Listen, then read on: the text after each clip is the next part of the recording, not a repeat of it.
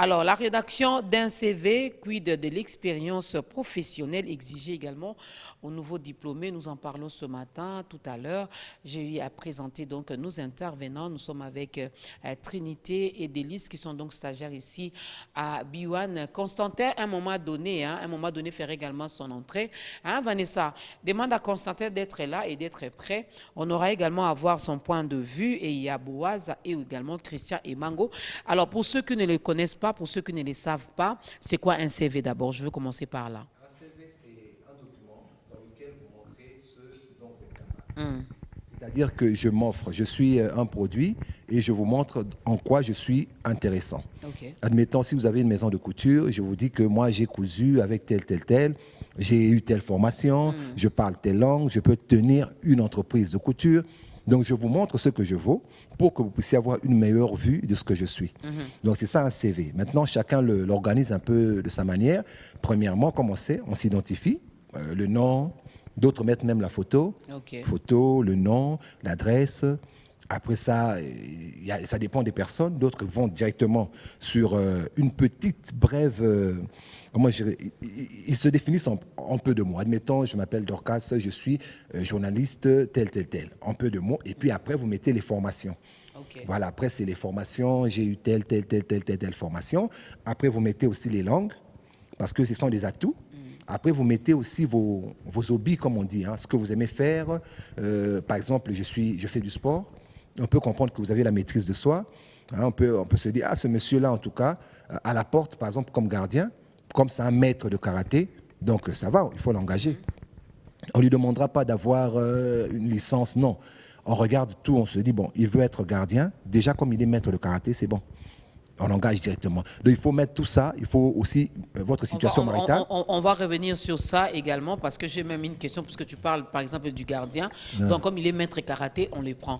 Même s'il n'a pas de bonnes manières, on le prend quand même parce qu'il est maître de karaté. on va revenir parce que je crois que tout ça, ça compte également. Donc nous retenions que le CV, c'est un document très important qui promeut également vos compétences et vos qualités ou vos capacités à des employeurs potentiels. Donc, c'est une façon également de vous vendre, au fait, de faire une petite promotion de vous, de faire parler de vous, mais à des termes également compliqués ou simples, Emango, parce qu'il y a des gens qui ont des CV, qui ont 2 pages, 3 pages. Eh bien, c'est pour ça que lorsqu'il faut faire un CV, il faut déjà savoir c'est qu'attend l'employeur. Il a un profil qu'il donne. Alors, vous savez, il y a certains recrutements qui ne sont pas sur titre. Ce sont des recrutements comme ça où on fait une offre et que ce sont des tas de dossiers qui arrivent. Si déjà c'est vous qui avez, si c'est déjà l'entreprise qui a formulé, qui a donné l'offre et qu'on vient avec tous ces CV-là, le problème que ça pose, c'est que les ressources humaines n'auront peut-être pas assez de temps de pouvoir lire en détail chaque profil que vous avez inséré dans votre CV. Et c'est pour ça qu'il faut attaquer directement le point sur lequel on vous attend. D'où ça va dépendre. Il y a certains CV où quelqu'un vous demande « Donnez-moi votre CV ». Ah ben là, vous avez le temps. Vous pouvez lui mettre toute votre expérience professionnelle, même de 10 ans, et ce que vous avez fait. Il y a des gens qui ont des CV de 30 pages aussi. Hein. J'en ai vu. C'est tout un syllabus comme ça. Je l'ai vu, par exemple, un jour, on voulait animer une conférence, puisque là, vous dites que vous me recevez avec plusieurs casquettes. Oui. Et on voulait animer une conférence avec un avocat du nom de Maître Yoko, et qui nous a remis son CV. Je vous dis que pour le présenter, j'étais dans, modérateur. Il nous a remis son CV. Il fallait choisir qu'est-ce qu'il fallait dire essentiellement au public qui était là sur place. Et je vous dis que son CV, c'était tout un syllabus. C'était plusieurs pages. Donc, ça dépend.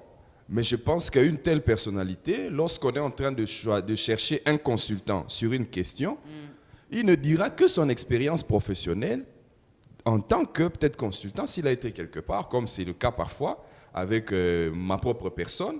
Des fois, lorsqu'il y a une émission sur B1, je peux venir, je donne juste un avis technique Concernant le droit, alors là, je ne viendrai pas dire que voilà, il faut encore mettre assistant à l'université. Je ne viendrai pas dire que je suis secrétaire général d'une association de droits de l'homme depuis longtemps et puis je suis devenu président. Ce n'est pas ce que l'entreprise attend de moi. L'entreprise a juste besoin de savoir si j'ai déjà fait présenter des services de consultance quelque part. C'était dans quelle entreprise et comment ça s'était déroulé. C'est justement ça, ce qui est plus important. Et les études. Vous savez, nous faisons aussi parfois multiples formes d'études. Il y a des gens qui ont 3 doctorats. Il y a des gens qui ont un seul doctorat. Il y a des gens qui ont la licence. Il y a des gens... Aujourd'hui, vous allez remarquer dans certains CV. Dans certains CV, on n'attend plus que vous commenciez à dire études primaires, secondaires. C'est trop long pour la personne qui va vous lire. Des fois, on attend que vous commenciez même par les études à laquelle vous avez terminé.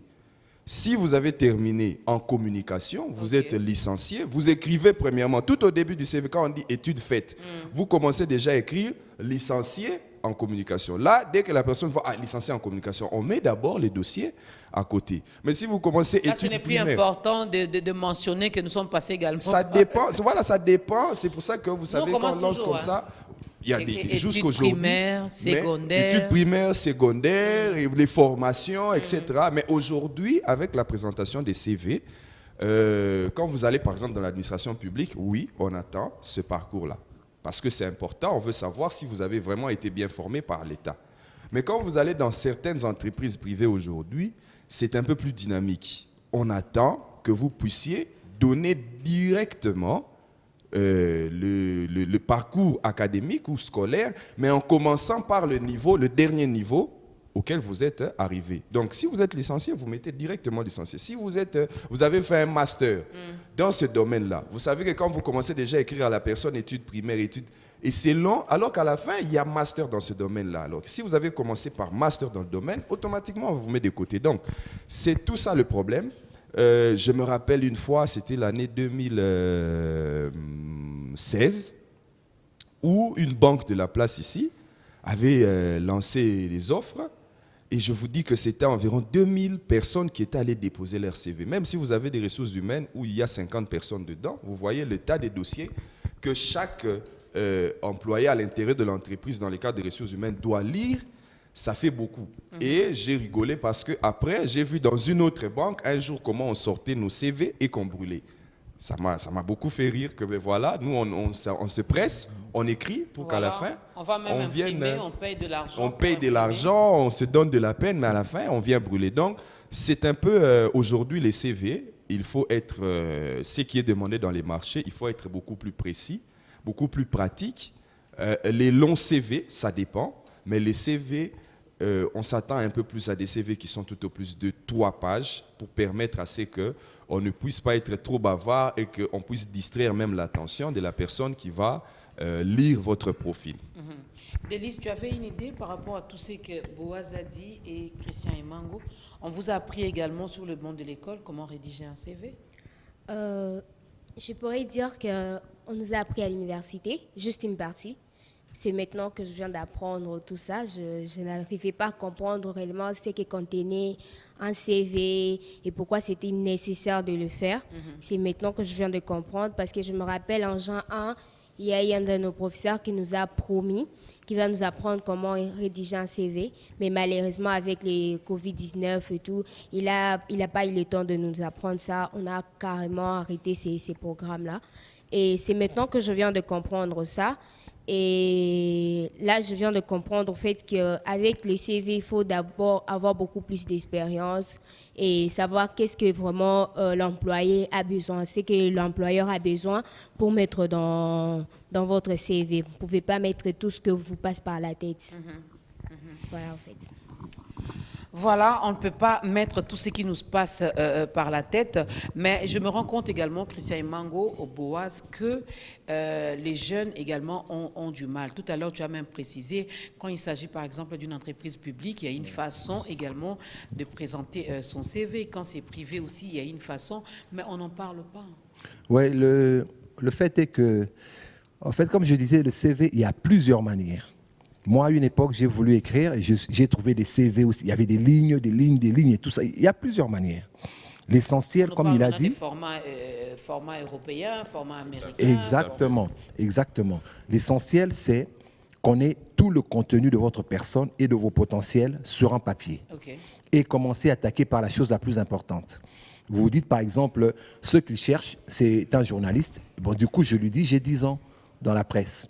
J'ai une formation de journalisme et j'ai 10 ans dans la presse, par exemple. Du coup, la personne se dit, c'est un bon candidat. Quand il fait le tri, parce qu'ils font des tris, en fait. Ils vont commencer par un premier tri, un deuxième tri. Ils font des tris. Et puis après, peut-être s'il cherchait une fille, il va enlever Boaz pour dire, non, 10 ans, mais plus femme. Et voilà. Donc, si je sais déjà qu'on cherche une femme, eh bien, je ne présente pas mon CV. Vous voyez. Et puis aussi, le CV, plus il est long, moins on le lit. Et puis, plus il y a des petits écrits, moins on le lit. Quand il y a des gros écrits, on dit il fait du remplissage.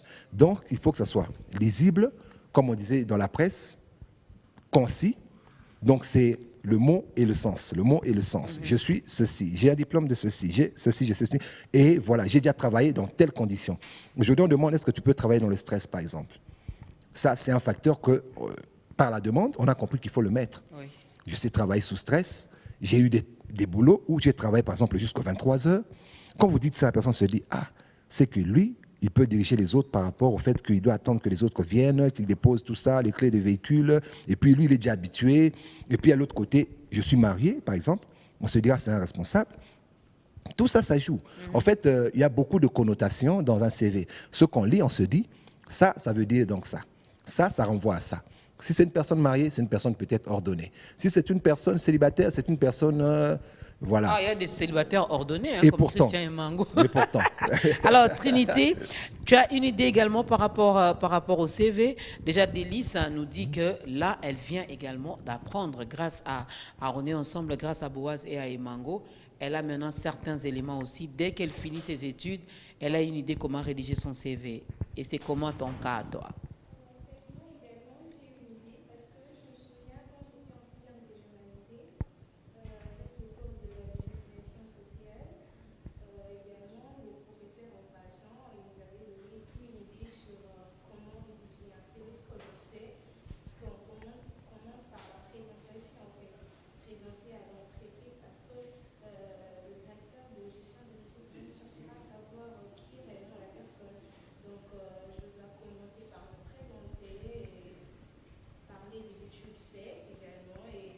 Commencer comme Christian Emango a dit, l'école primaire. Parce que ce sont nos compétences qui intéressent plus l'entreprise, en fait. Okay. L'entreprise n'a pas besoin de relater que je fais ceci, c'est là. Ce qui intéresse l'entreprise, c'est ce que tu vas apporter à l'entreprise. Voilà. C'est ce que tu vas apporter à l'entreprise. Alors, avant même qu'on passe à l'expérience professionnelle, parce que ça nous dérange, ça dérange également beaucoup de personnes. Comment décrire même ces expériences professionnelles dans un CV, Christian Emango? On commence par quoi? Comment les décrire? Parce que je me dis, nous avons eu à rater également certaines embauches à cause seulement de notre façon de présenter ou de parler de nous sur le plan professionnel. Est-ce que nous devons également mettre toutes les formations? Là, je pense également à nos stagiaires qui sont là lorsqu'elles vont rédiger leur CV. Doivent-elles mettre également que nous avons eu à effectuer les stages à Biwan? Comment décrire ou présenter ces expériences professionnelles? Ça revient pratiquement à la problématique qu'on a soulevée tout à l'heure ici. En fait, il y a deux moments. Est-ce que c'est l'entreprise qui a lancé l'offre d'emploi ou c'est vous-même qui êtes allé déposer votre demande d'emploi? Parlons des deux cas. Commençons par le premier. Si c'est l'entreprise qui a lancé, vous allez voir que dans le document, on dresse le profil de la personne qu'on veut. Et là, en ce moment-là, vous savez que l'entreprise a besoin d'engager quelqu'un qui a telle capacité en termes d'expérience professionnelle. C'est d'abord à partir de ce moment-là. Est-ce qu'il y a eu une offre qui a été affichée et que vous avez vue et que vous savez le profil? Il y a une expression anglaise qui m'échappe, mais que souvent on fait une corrélation avec ce profil-là. À partir de ce moment-là, on a besoin d'un journaliste Mais on n'a pas besoin simplement d'un journaliste. On a besoin d'un journaliste qui va commencer à parler des questions des droits de l'homme. Vous avez fait une formation de journaliste, je veux dire académique, de journaliste.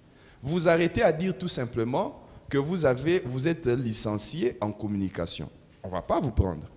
Mais quelqu'un d'autre qui relate plus, qui dit qu'il est licencié en communication, mais qu'il a travaillé comme volontaire dans une association de droits de l'homme. C'est déjà un atout. Qui ajoute en plus qu'il a fait des formations en droits de l'homme. C'est un atout de plus. Là, vous pouvez relater toute votre vie comme ça. Ça va intéresser parce que ça donne l'appétit à celui qui va vous lire. À chaque point qu'il est en train de voir, il s'est dit, ah, je peux encore creuser et aller en profondeur. Mais si vous vous arrêtez, vous dites, vous êtes licencié en communication. Vous vous arrêtez là. L'entreprise se dit, bon, ce n'est pas vraiment le profil de la personne qu'on est en train d'attendre. Je raconte souvent ici l'histoire de moi-même, hein, ma propre histoire. Lorsque je suis allé, moi, j'ai beaucoup aimé l'environnement à l'université. Je suis allé chercher de l'emploi. Dès que j'ai fini les études, j'ai dit, bon, je vais d'abord chercher de l'emploi à VVF. C'est une ONG internationale de l'environnement. J'arrive sur place. Je vois le profil, on veut engager des gens, mais on se dit, il faut que vous ayez toute formation seulement académique, mais il faut seulement que ce soit au niveau de licence. C'était déjà bon pour moi. Licence, mais moi j'ai quelque chose en plus. C'est qu'en licence, je n'ai pas fait que licence. J'aurais bien voulu mentionner encore dans mon CV que je suis licencié en droit, mais que j'ai eu des bons résultats dans le cours de droit international de l'environnement. Ça peut encore intéresser l'employeur. Ou si vous avez une formation, ou si vous travaillez dans une ONG, ou par exemple vous avez été déjà dans les actions caritatives en ce qui concerne l'environnement, ça intéresse. On vous dit, vous savez que c'est une ONG internationale, même si on ne met pas l'anglais. Mettez, j'ai des atouts en anglais. Même si on ne met pas mettez l'anglais. Parce qu'à l'international, c'est l'anglais qui quasiment prime aujourd'hui. Mais il manquait encore un dernier détail. Quand j'ai vu que dans les CV, on a dit, il faut avoir aussi une compétence en matière de foresterie. C'était pour moi la première fois d'entendre parler de ça. Mais voilà, c'était déjà un détail. Et si moi, j'avais une autre formation de cette manière-là, c'est pour ça que, les détails d'avoir des compétences en foresterie était un dernier détail qu'ils avaient placé. Donc, si je n'avais pas bien lu l'offre, j'allais mettre tout ce que j'ai comme expérience en matière d'environnement et j'allais m'arrêter là. Et quand on n'allait pas me recruter, j'allais dire « Ah, on va recruter bango ». Alors qu'en réalité, vous n'avez pas vu qu'on avait mis aussi qu'il fallait avoir des compétences en matière de foresterie. Parce que ceux qu'on voulait engager, on voulait les envoyer en forêt. Vous n'avez pas de compétences là-bas. Et quand vous allez arriver, vous allez commencer à apprendre. Or, eux, c'est comme Real de Madrid. Ils n'ont pas besoin de vous apprendre le football là-bas. Non, pas les amateurs. Ils ont besoin que vous arriviez déjà là en professionnel. C'est pour ça qu'il faut savoir d'abord quel est le profil qui a été inséré dans l'offre. Bon, maintenant, pour ceux qui, si vous avez vous-même faire une lettre de demande d'emploi à votre niveau, vous pouvez faire ça à une société, c'est une banque. Vous ne savez pas si on recrute de juristes là-bas. Vous venez, vous écrivez, vous dites « je suis juriste, voilà mon CV en annexe, vous allez trouver que j'ai fait des droits à telle université, j'ai fini avec brio, je suis technicien en matière de droit des affaires ».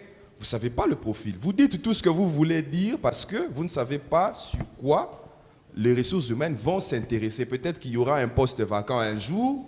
Alors, au lieu de lancer encore l'offre et qu'ils attendent encore que les gens viennent déposer, qu'ils lisent, ils vont garder votre CV dans le frigo et le jour qu'ils auront besoin, ils pourront récupérer ça. Là, c'est vous-même qui le faites. Et c'est possible, vous pouvez le faire dans n'importe quelle entreprise. Vous déposez votre correspondance. Si on va brûler, on brûle, mais on ne paie rien lorsqu'on essaye. On ne perd rien lorsqu'on essaye. On va parler d'abord on va parler des recruteurs, ces recruteurs qui ne cessent de nous demander l'expérience des 5 ans. On ne nous donne même pas une chance. On vient à peine de sortir de l'université, on vient à peine d'être diplômé, mais je viens demander de l'emploi. On me dit non, il faut avoir au moins une expérience de 5 ans. Et ça va comme ça d'une entreprise à une autre. Finalement, où est-ce que j'aurai cette expérience de 5 ans si vous ne me donnez pas une chance, Boaz? Bon, le problème, c'est qu'ils sont en train de faire des affaires. Donc, quand on fait des affaires, on a besoin des rendements directement. Comme Mango l'a dit, on a besoin de quelqu'un qui produise, quelqu'un qui est compétent, qui est bon, qui est très bon même. Maintenant, il y a un côté, c'est que les entreprises doivent aussi accepter de former. Parce que dans le quota, je crois, dans les obligations de l'entreprise, il y a aussi cet aspect de prendre des jeunes et de les former.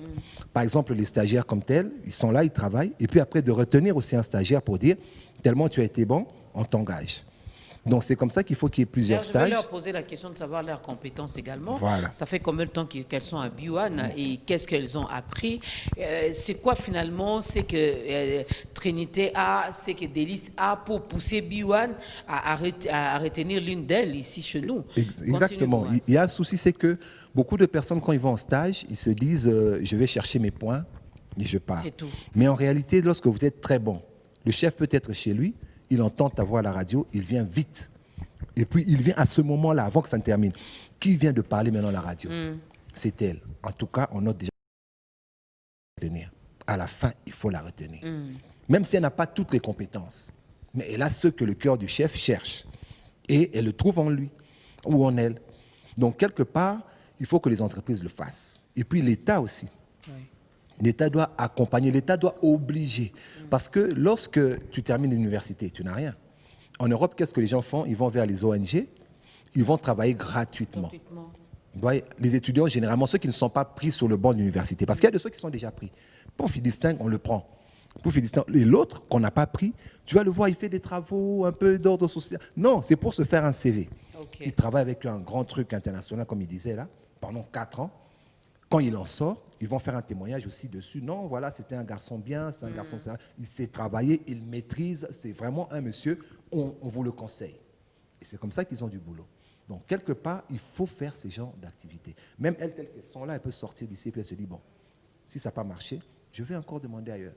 Mais le malheur, c'est que quand on demande, et à part de 5 ans, on demande beaucoup de choses encore. On demande beaucoup de choses encore, vous allez nous le dire. Mais moi, j'ai également cette grâce dont tu parles parce que j'ai effectué mon stage académique. C'était à la RTAE, Radio Télévision Armée de l'Éternel. Et puis, je suis revenue pour le stage professionnel après mes études. Je suis restée et juste après, ils m'ont appelé pour que je commence le travail. Et j'ai commencé directement à la télé, j'ai présenté l'émission Vitrine en Vogue. Et après, j'ai un problème de santé et j'ai dû arrêter. Et j'ai repris avec la télé maintenant ici à Biwan. Donc je me dis, il faut toujours bien faire les choses et bien le faire pour attirer. Ce n'était pas à cause de Dorcas, de sa beauté, de son teint, de ses... Non, non, non, non, non, non. On était au nombre de 6, mais je suis la seule qui a été retenue et appelée au téléphone pour dire, vraiment, on a besoin de toi, tu dois revenir. Alors, Trinity, je commence par toi. Trinity, Trinité, tout ce que tu veux. Ça fait combien de temps que tu es à Biwan? Ça fait 3 semaines. 3 semaines seulement. Oui. Alors, qu'est-ce que Trinité peut faire ou c'est quoi les compétences de Trinité finalement? Tu as la rédaction télé. Oui. Pour retenir l'attention de tes chefs là-bas à la rédaction pour dire non, non, non, non. Quand les autres vont partir, nous, on doit rappeler Trinité parce que à cause de ça, ça, ça, ça. En fait, je suis capable ou encore apte de recueillir des informations, le classifier et le présenter à la télévision, chose qui n'était pas facile au départ, et même pour lire un texte que toi-même tu as rédigé pour une information. Et là, je suis apte à les faire et également comment faire un reportage et aussi le présenter. Alors, fais-nous un reportage là maintenant. Julie, je suis en train de tester Trinité pour toi, avant qu'elle ne rédige son CV.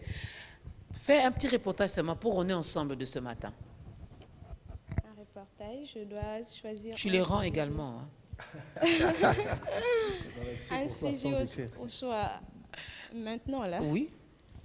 Ok. Messieurs, vous pouvez nous donner l'importance des arbres?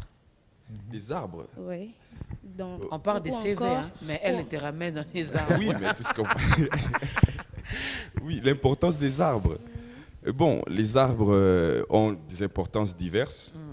D'abord qu'elles retiennent, ça me semble-t-il, l'oxygène que nous partageons ici pour respirer. À un moment donné, les arbres les retiennent. Le CO2. Et les CO2, c'est ça. Et donnent l'oxygène. Qui les renvoie à des moments où nous en avons plus besoin.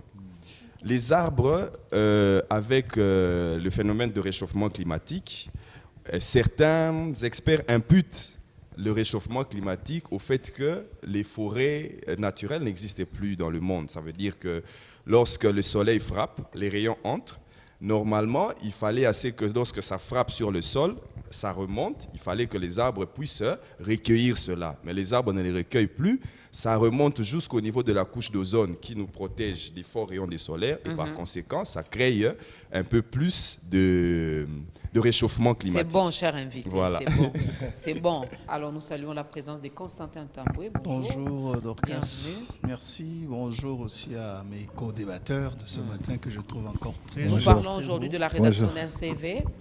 Alors, ils nous ont déjà défini ici que c'était un document très important qui promet nos compétences et nos capacités face aux recruteurs ou à toutes ces entreprises, aux employeurs. Alors, Délice a appris ce matin les différentes rubriques d'un CV parce que malheureusement, son professeur n'avait pas eu le temps de le faire, mais elle a appris ce matin. Alors, avant de te passer la parole, je veux bien poser la question que j'avais posée à Trinité, à Délice également. Ça fait combien de temps que tu es à Buan? 1 mois et demi. 1 mois et demi. Tu as eu, ce n'est pas la première fois que tu passes même dans On est ensemble. Alors, face à tout ce que nous avons pu dire jusque-là, si on te demandait de nous faire un petit récit, un petit résumé, vas-y, Délice. Ok, en résumé, nous avons parlé du CV. Monsieur Boaz nous a défini le CV comme étant le seul moyen, un moyen pour pouvoir montrer ce que nous avons, nos compétences. Et nous avons dit que en rédigeant les CV, nous devons plus nous attarder sur ce que a besoin l'entreprise, ce dont l'entreprise a besoin. Et nous avons parlé aussi de l'expérience des 5 ans qu'exigent souvent les entreprises. Et nos intervenants, si je peux les dire, nous ont dit qu'il y a des fois où les entreprises les demandent, exigent et tout, mais quelquefois dans le CV, nous pouvons mettre aussi les formations que nous avons suivies. On ne peut pas seulement se limiter à mettre nous sommes licenciés ou bien nous sommes diplômés dans tel ou tel domaine. Nous pouvons mettre aussi les formations que nous avons suivies. Par exemple, nos stagiaires, quand nous allons rédiger nos CV, il serait mieux de mettre aussi que oui, nous avons fait le stage à B1 pendant tel moment et nous avons appris telle chose, nous sommes compétents dans tel ou tel domaine. Christian Mango, si je t'ai demandé là de côté d'Élise, sur 10 Ça va être comme superstar. Mais Délice s'est bien défendue. Ok. Elle me disait hors antenne que, en tout cas depuis qu'elle est ici, à Biwan, elle a beaucoup appris en termes de ce qui concerne la communication dans son ensemble. Félicitations pour les résumés. Comme ça a été le cas pour Trinité comme Délice, certaines questions sont comme ça, spontanées, à laquelle on ne s'attend pas. Et on se débat pour répondre, mais je lui coterai comme ailleurs. Pas en mettant le point, mais en mettant juste la mention. Que ça a été excellent. Boaz? Ben moi, je suis souvent dur, malheureusement. Mais on va dire peut-être assez bien. Parce que pour moi, par exemple, elle a tout dit au fait, mais c'est les mots, elle a papillonné, elle a beaucoup sauté, elle a sauté certaines choses que Emango avait dites. La question était inattendue. Oui, elle était inattendue. C'est ça. Alors si on voit cet aspect, on juge tout de suite qu'elle est intelligente, en fait. On juge que c'est quelqu'un qui prend la balle au bon et puis qui s'en sort. Donc peut-être pour ça, on va dire très bien. Très bien, Délice, très bien également à Trinité. Alors, je vais commencer par cette question. D'ailleurs, on parlait de ça. Christian et moi, on n'a pas répondu encore à ça. On parlait de ces recruteurs qui nous demandent toujours les 5 ans d'expérience. Nous venons à peine d'être diplômés, nous venons à peine de sortir de l'université, mais je viens demander à M. Constantin de m'engager. Il regarde mon CV et puis il dit, ah ben, il n'y a pas d'expérience professionnelle, il faut au moins une expérience professionnelle de 5 ans. Oui, c'est vrai que l'expérience de 5 ans pour certaines positions, certaines fonctions dans une entreprise est requise. Parce que si on vous engage au grade de cadre, par exemple, dans une entreprise, vous devez justifier d'une expérience. Mais s'il s'agit, par exemple, des postes de niveau ordinaire, par exemple, je ne pense pas que les 5 ans d'expérience devraient être exigés. Parce que les postes de niveau ordinaire sont souvent pourvus pour les nouveaux diplômés. Okay. Or, un nouveau diplômé, on ne peut pas lui exiger d'avoir déjà 5 ans d'expérience. Non, secrétaire ou bien comptable, ou bien non, on ne lui demanderait pas ça. Mais dans le poste de commandement, oui, les 5 ans, même les 10 ans peuvent être justifiés, voire 2 ans. Parce que au niveau de la gestion, il faut justifier des compétences d'une vraie expérience qui a réussi ailleurs, parce que surtout lorsqu'il s'agit des entreprises cotées en bourse ou bien des entreprises qui ont besoin de produire, qu'est-ce qu'elles exigent beaucoup, et en termes de travail, mais aussi en termes de compétences. Alors je voudrais revenir sur les CV. Chez nous, nous avons parfois du mal à comprendre, à faire la part des choses au niveau de présenter un CV et l'identité personnelle. Okay. Parce que très souvent, nous avons l'habitude de reprendre notre nom, notre village, on revient plus loin. Mais il faut commencer par là, non? Oui, c'est vrai. Ça, ce sont juste de petits détails. Ce qui compte dans un CV, c'est ce que vous savez faire ou ce que vous avez déjà fait. C'est 2 choses différentes. Ce que vous savez faire. Nous sommes malheureusement dans un pays où vous trouverez quelqu'un qui va chercher du travail, on lui pose la question, qu'est-ce que tu sais faire? Oh non, je suis tout travaux. C'est seulement au Congo où nous avons des employés qui justifient d'une qualité. Attends, mais être polyvalent, c'est pas un péché, non? La polyvalence, c'est pas ces choses-là. Aujourd'hui, dans le monde d'aujourd'hui, les entreprises ont besoin d'un personnel ou sinon des employés qualifiés dans un domaine aussi spécifique. C'est comme ici à B1, si on a besoin d'un animateur, on n'aura pas besoin d'un journaliste, parce qu'on sait que le journaliste a pour rôle de récolter, oui, vous voyez, de traiter et de diffuser. Mais un animateur, c'est un vrai metteur en scène même, oui, parce qu'on peut aller jusqu'à ce niveau-là. Il a l'art, il a tout ce que nous connaissons. Et c'est de même aussi dans une entreprise, à part les médias. Donc, on a besoin d'être qualifié. Mais n'empêche que ce journaliste ou cet animateur, Constantin, Boaz et Mango, Délice, soit également capable de faire le montage, Ça dépendra. Ça dépendra maintenant de l'appréciation de l'employeur. De manipuler également tout notable mixeur. J'ai besoin d'un journaliste, mais être à mesure de filmer est un atout. Oui. C'est-à-dire, en premier lieu, tout ce dont il a besoin, c'est un journaliste, c'est un comptable. Mais être à mesure de tenir des réunions, de conduire une équipe, d'être un team leader, comme on le dit aujourd'hui, c'est un atout.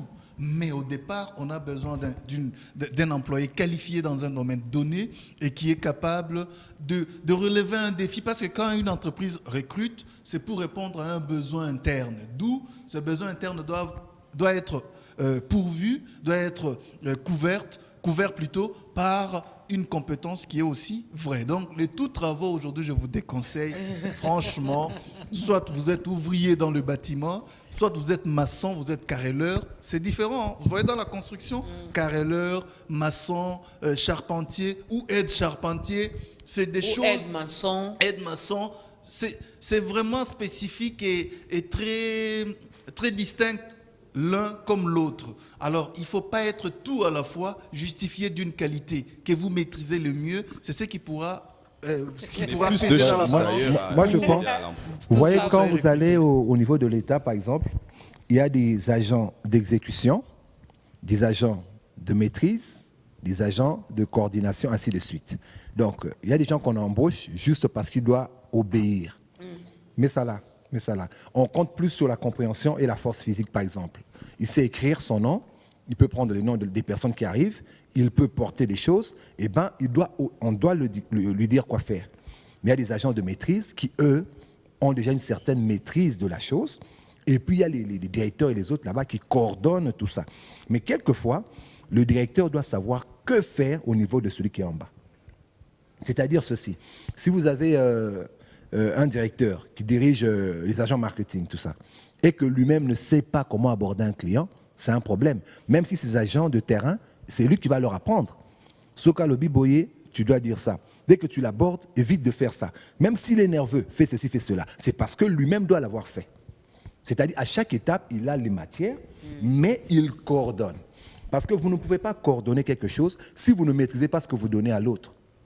Vous voyez, ça ne va pas marcher. Il y a des domaines comme ça où il faut avoir cette idée. Par exemple, il y a des gens qui sont réalisateurs de télé, mais quand tu réalises à la télé, toucher un peu la caméra, connaître un peu la lumière, savoir un tout petit peu comment faire un chapeau. Si le chapeau de la présentatrice ne va pas souvent, tu lui dis, soit quand elle sourit à la fin, ça ne marche pas, tu viens lui dire, mais à la fin, souvent, tu sais, tu désannonces pas tellement bien. C'est comme si tu es énervé chaque fois à la fin. Il doit avoir un peu du métier. Oui, et en ce moment-là, en fait, lui, il doit être comme un tout travaux, mais avec une seule casquette claire. Mais il sait de tout. Il y a des blancs qui vous disent, non, moi, je ne sais pas faire ça. Mais au fond, quand toi, tu n'arrives pas, c'est lui qui te montre. Il y a des techniciens comme ça. Il vient et te dit, moi, je ne répare pas les télés, je fais les téléphones. Mais quand tu fais 68, il dit, non, ici, il faut bouger ça, ça. Tu dis, mais apparemment, toi, tu es... Non, je ne suis pas ça. Mais je sais. Vous savez, quelques notions, je voudrais dire, oui. ici, j'ai parlé d'un team leader. Aujourd'hui, les notions de ressources humaines, dans une entreprise, on gère les équipes selon les départements en termes de vraies équipes constituées de personnes, des employés qui se complètent, une sorte d'interdépendance dans l'exécution des tâches dans une entreprise. Et ça doit vraiment exister pour que l'entreprise puisse marcher en harmonie. Le chef, justement, parce que Boaz vient de le l'épingler ici, c'est quelqu'un qui a les notions un peu de tout. Je parle des notions.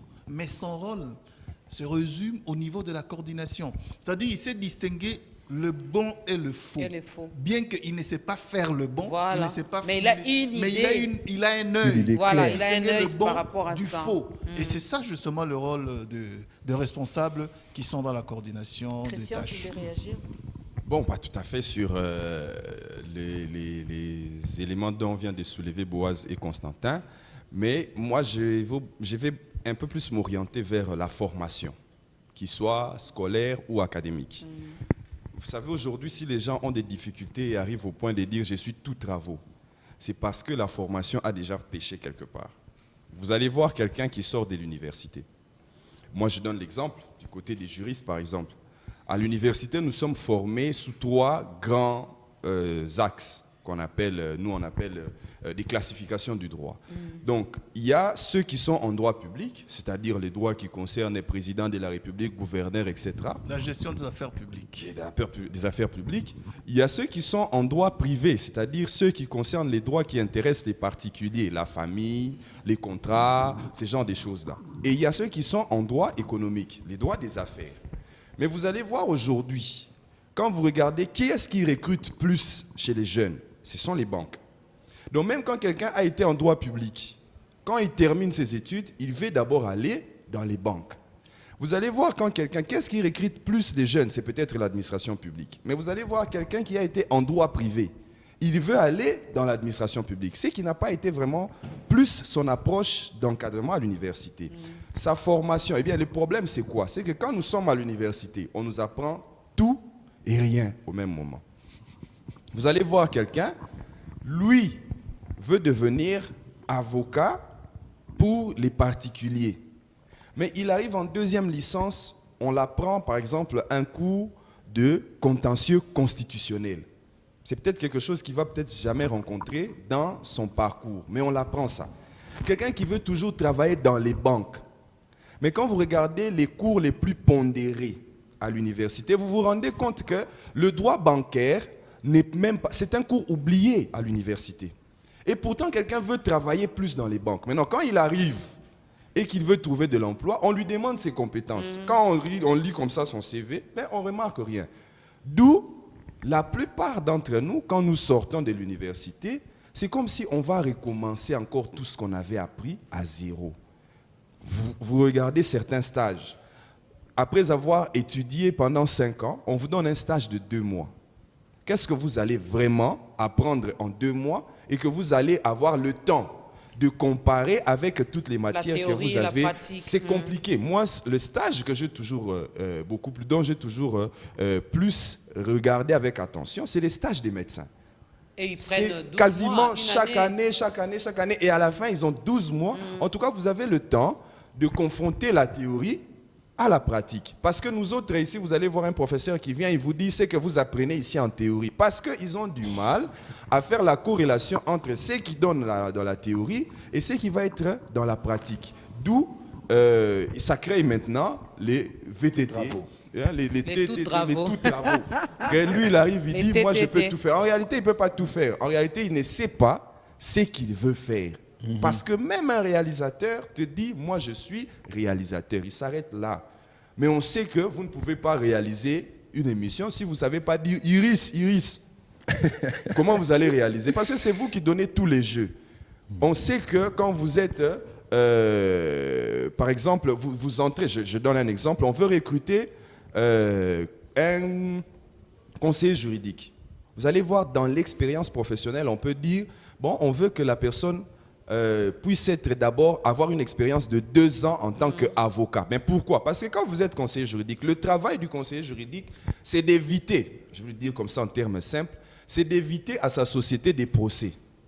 Parce que quand vous n'avez pas un conseiller juridique à l'interne, vous allez signer n'importe quel type de contrat et au finish, vous allez arriver devant les cours et tribunaux et ça va vous embêter. Alors comment vous pouvez faire? Imaginer des scénarios et ceci pour éviter à votre société des procès. Ça, vous êtes conseiller juridique, mais qui sait bien éviter les procès si ce n'est un avocat? On peut demander une expérience professionnelle, mais vous n'avez pas été avocat. Or, nous, pourquoi l'entreprise va exiger assez que vous soyez au préalable avocat?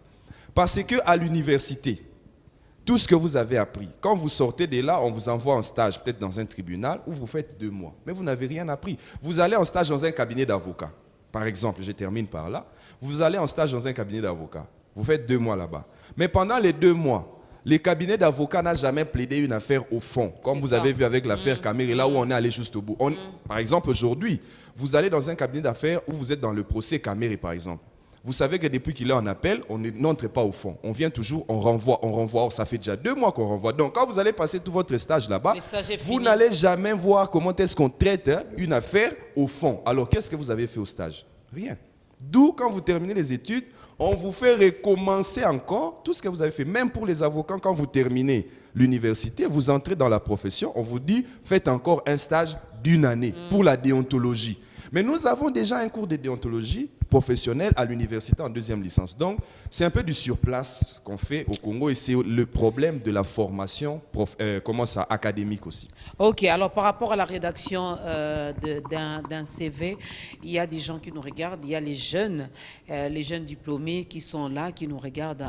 Qu'est-ce qu'ils peuvent retenir en quelques mots? En quelques mots, ce qu'ils doivent retenir, c'est que lorsque vous présentez votre CV, c'est vrai, vous devez mettre votre identité, sinon si vous mettez seulement les études faites, on ne saura même pas qui a écrit. Vous devez mettre vos identités, parce que par exemple, vous savez pourquoi on met les identités dans l'administration publique? Parce que l'administration publique doit recruter de manière égale pour les Congolais sur toute l'étendue du pays. D'où vous devez écrire vos origines. Là, on en a besoin. Mais dans d'autres sociétés, vous écrivez juste nationalité congolaise. Vous passez. Quand vous commencez nationalité congolaise, tribu, tout ça, ça... Du Kasaï. Du Kasaï, tout ça, vous descendez. Même dans la carte d'électeur, on ne met plus tous ces détails-là aujourd'hui. Donc, il faut tenir compte de ça aussi dans le CV. Donc, il faut être clair. Vous mettez vos identités, c'est vrai. Il y a même certains CV où on divise en 2. Il y a une forme là de les présenter. Il y a un coin où vous présentez de manière concise. Et l'autre coin où vous pouvez mettre vos détails tels que vous voulez. Et donc, quand vous arrivez au niveau de la formation, scolaire ou académique, dans certains domaines, j'ai dit par exemple dans l'administration publique, où jusqu'aujourd'hui, on attend encore que vous commenciez à dire école primaire, secondaire, etc. Mais dans d'autres sociétés, ils aiment beaucoup plus de dynamisme, ils attendent que vous commenciez directement par le dernier niveau d'enseignement.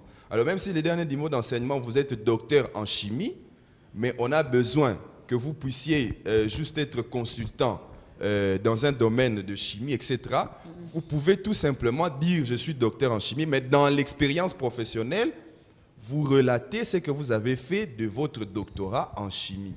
Ça va permettre à ce que celui qui vous lit puisse comprendre clairement ce que vous avez, ce que vous êtes et qu'est-ce que vous pouvez apporter.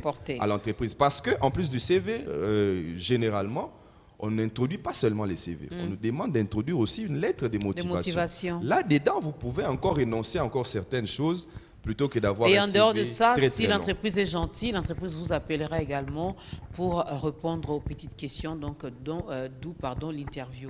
Alors, Délice, tu as compris? Oui. Quand tu vas rédiger ton CV ou avant de les rédiger, tu peux voir Christian et Mango et Boaz. Un dernier mot, Boaz, pour aujourd'hui? Merci beaucoup. Moi, je suis très flatté parce que c'est un sujet qui est difficile à gérer. La fois où j'ai essayé d'écrire, à l'époque aussi, j'avais souffert. Mais bon, ce qui est dit, c'est ça, la vérité. Du reste, je remercie avec l'autorisation de Maman Dorcas. Comme elle a dit, j'ai plusieurs casquettes. Donc là, c'est l'artiste qui vous parle et je passe sur One Acoustic ce samedi. Donc tous ceux qui m'aiment, qui sont sur ma page. À quelle heure? Le samedi sur One Acoustic, c'est le soir, je crois, vers 19. Et voilà, donc pour le CV, je vous dis aussi merci parce que moi aussi j'ai appris, j'ai recherché et puis j'ai appris, c'était les bonnes choses. Tu comptes encore chercher de l'emploi? Non, je compte créer de l'emploi et je suis déjà en train de créer de l'emploi. Ok. Au moins, tu es en train de créer et tu auras le temps de bien examiner les CV de ces candidats, des autres. Constantin? Je voudrais ici rappeler à nos téléspectateurs qui nous suivent que le CV, c'est le profil en réalité. C'est comme nous le faisons sur Facebook, sur Twitter, très souvent, quand vous regardez les personnalités, sur Twitter, ils vous mettent un peu en gros ce qu'ils sont et ce qu'ils font. Et c'est exactement ce qu'on nous demande dans un CV. C'est vrai qu'aujourd'hui, nous sommes encore, nous les faisons toujours à la manière traditionnelle. Non, 2 points, Tamboué. Prénom, 2 points, Constantin. Village, tout ça. C'est beau bien, mais malheureusement, aujourd'hui, le monde a changé. Nous avons de multinationales qui recrutent, même dans nos villages. Donc, nous avons aujourd'hui intérêt, vraiment raison, de nous adapter aux nouvelles exigences dans la rédaction, dans la présentation, notre propre présentation auprès des employeurs. D'où nous devons le faire de manière aussi classique et aussi un peu avec du goût. Le goût pour inciter justement les employeurs à s'intéresser à ce que nous sommes et ce que nous savons faire. Et ça, c'est très important. À l'école, on nous a appris le faire, le être, le savoir-être, le savoir-faire faire. D'où le savoir-faire, c'est parmi des choses qui comptent beaucoup dans le profil personnel et surtout lorsqu'on est débutant dans le marché de l'emploi. Et lorsqu'on est cadre, qu'on veut bien diriger dans des positions aussi élevées dans des entreprises, on doit être à mesure de savoir faire. Merci. On doit être en mesure de savoir faire, mesdames, messieurs. Au moins, j'espère que vous avez suivi avec beaucoup d'attention et que vous avez compris finalement, vous qui avez l'intention de rédiger, d'aller chercher de l'emploi, de rédiger un CV, ce n'est pas seulement les sorciers qui vous ensorcellent pour ne pas être embauchés. Non, c'est la mauvaise présentation de votre CV.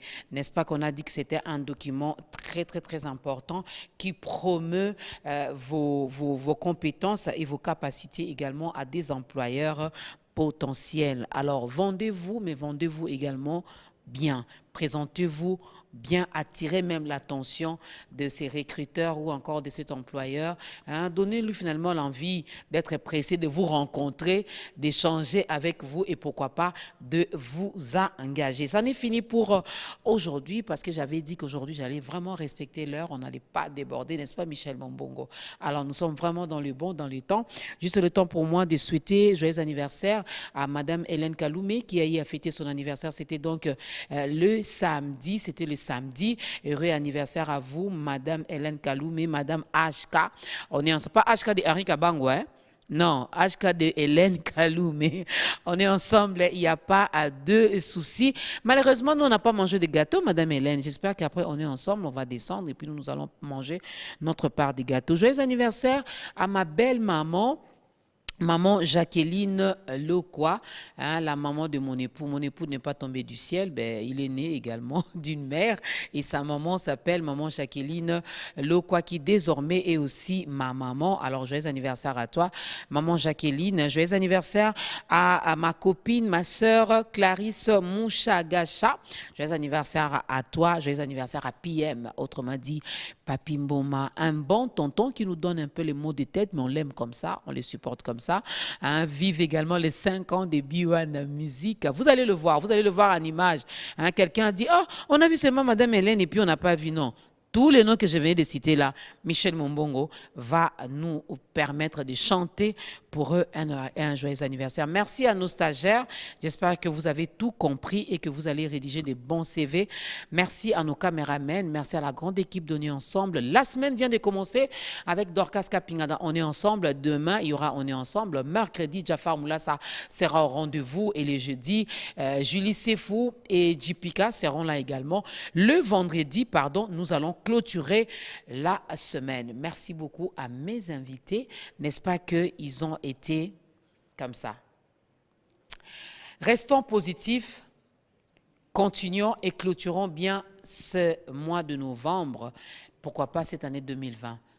Rejetez la négativité, restons positifs. Excellente semaine à toutes et à tous. Portez-vous bien.